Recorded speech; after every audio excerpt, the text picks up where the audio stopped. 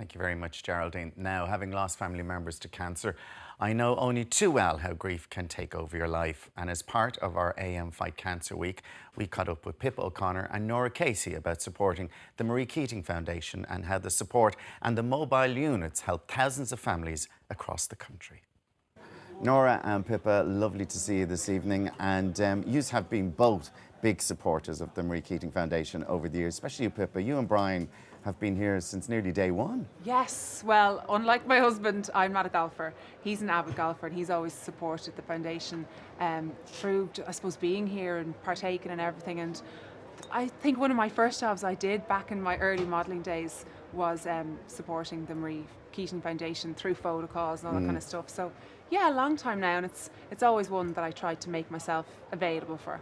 And it's great that, I mean, we've all been touched. We all know families who are involved in cancer, but for them to sort of do something about it when Marie died, to sort of go, look, we're just going to do something about this. We don't want other people to feel like we're feeling. And that's what they've done. And it's amazing work that they've done over the years. Absolutely. To think that something is a good idea is one thing, but to actually get up off your backside and do something about it is, you know, the Keating family are an absolute credit, and I'm sure, you know, their mom would be so proud. The work that they've done over the 20 years, it really is astounding. And I know you've said to me before that you know people that have gone to their mobile units, Yes. and the awareness then that they've got from going to those mobile units has helped them. Like you said, I think we all know someone who's been affected by cancer, especially breast cancer. I know a lot of people affected by breast cancer, and I have heard, you know, through friends and relations of mine, just how good that the mobile units have been, and just the information that they've gotten, and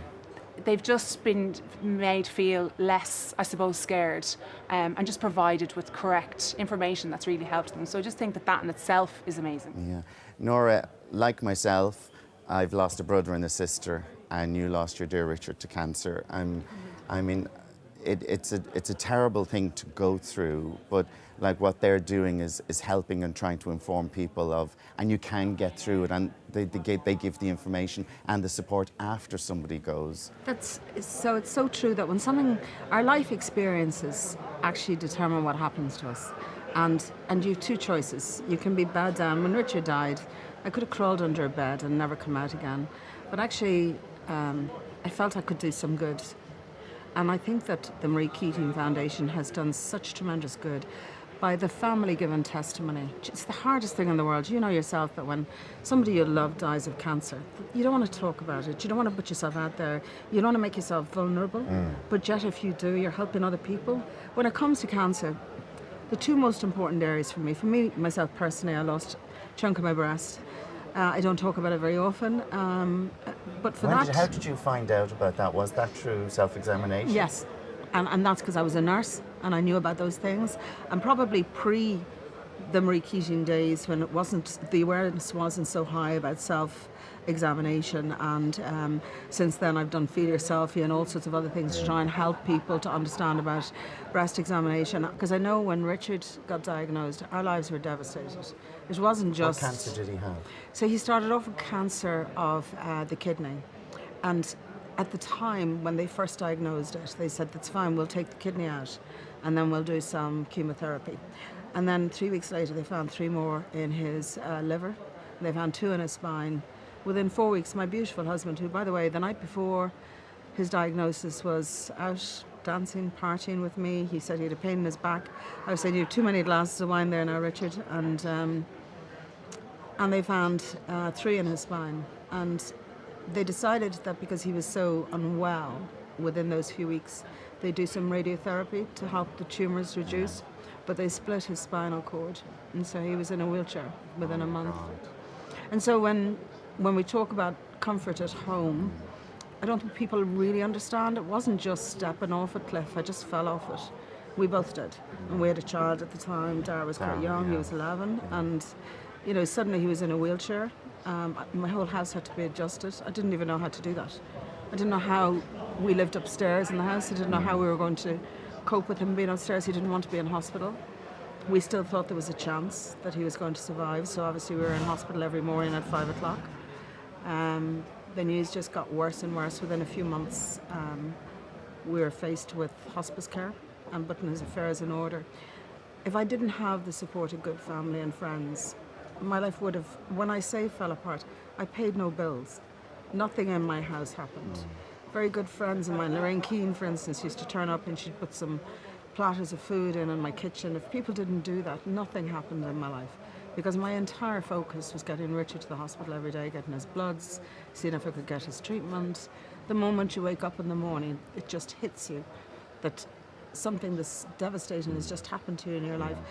What I do love about this campaign, and the reason why I think people should really support it, is if you put yourself, which is a terrible, terrible thought, into the shoes of somebody like me or you who are losing somebody that you love very much and trying to cope with such devastation in your life, you just need people around you who are going to mind you, hug you, look after you, do all the things you're incapable of doing. And I love the fact that these mobile units go to every county and village and small village in the country, so people are not, they don't feel, oh, I don't live in Dublin, I don't live in Galway, I'm in a little village, and who's going to help me or who's going to give me that information? Because they will, with the mobile units, they'll get to those areas. Yeah, it's all about awareness then, really, isn't it? Because I know myself, I have 2 young boys, and the last thing in my mind is like, oh, I might get breast cancer, but we should all be aware of it and all be checking ourselves. And how are you, Mrs.? I'm good. You know what? It's 6 years since Richard passed away. We were just up at his tree. I thought it would actually starve during that heat wave, but actually it's thriving.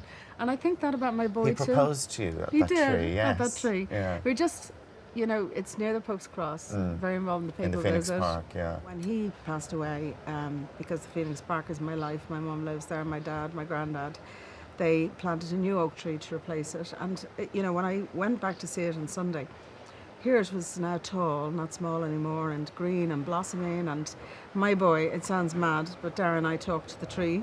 I know, it's crazy. Yeah. But Richard is there. Richard's there, and his ashes were in the forest and the little copse of trees behind it. You know, when his dad was dying, the final words he said is, I'll miss all the moments in your life, Dara. I'll miss you graduating, I'll miss you marrying, I'll miss you having your first child. So Dara goes back there. To tell him the stories. Yeah, because he's just finished his first year at yeah. university. He did really well. I'm really proud of him. He's a great kid, and I think Richard would be really proud of him too.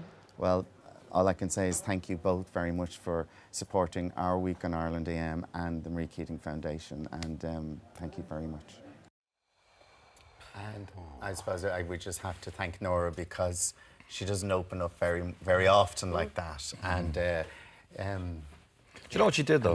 No, do you know what she did? She posted a brilliant picture that people don't often understand, see, unless they've been actually through it.